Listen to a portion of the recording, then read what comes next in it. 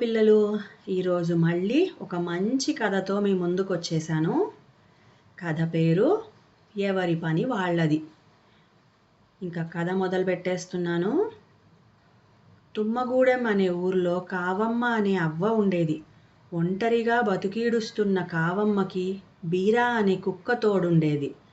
ఓసారి అవ్వ అడవికెళ్ళి కట్టెపుల్లలు తెచ్చుకుంటూ ఉండగా ఓ బాతు కనిపించింది.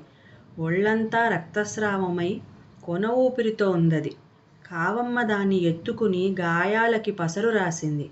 ఆమె చికిత్సతో కోలుకున్న బాతు కావమ్మకి ప్రతిరోజు ఏటిలోపలికెళ్ళి చేపల్ని పట్టుకొచ్చి ఇస్తుండేది. కావమ్మ ఆ బాతుకి బూరా అని పేరు పెట్టి ముద్దుగా చూసుకునేది. దాంతో బీరాలో అసూయ పుట్టింది. ఓ రోజు కావమ్మ కొడుకు షాయన్న వస్తున్నాడని కబురొచ్చింది. అదే అదనుగా బూరా దగ్గరికెళ్ళి రాక వస్తున్న అవ్వ కొడుక్కి బాతు మాంసం అంటే చాలా ఇష్టమట. అతని కోసమే ఇంతకాలం నిన్ను చక్కగా చూసుకుంది అవ్వ అని భయపెట్టింది. దాంతో బూరా పారిపోయి ఏటికి ఆవలి ఒడ్డున తలదాచుకుంది. ఇల్లొదిలి వెళ్ళిపోయిన అవ్వకి దూరమైనందుకు ఏడుస్తూనే ఉండేది. అలా ఏడుస్తూ ఉన్న బూరాని ఆ పక్కగా వెళ్తున్న అవ్వ కొడుకు షాయన్న చూసి విషయమేంటని అడిగాడు. ఆయనెవరో తెలియక బూరా తన కథంతా చెప్పుకుంది. ఇంతకీ బీరానే కారణమని షాయన్న గ్రహించాడు.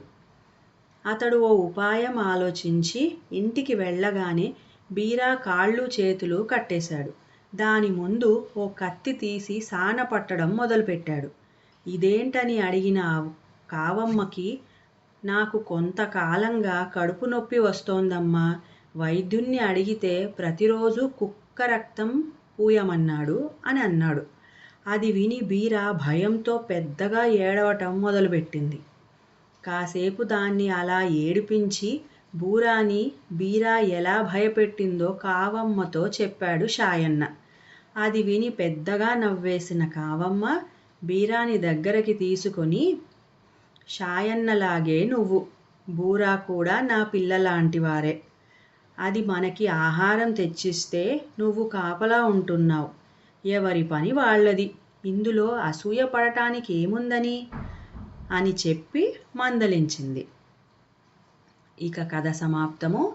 పిల్లలు, ఈ కథ మీకు నచ్చినట్లయితే please like, share and subscribe. ఇంకా సెలవు.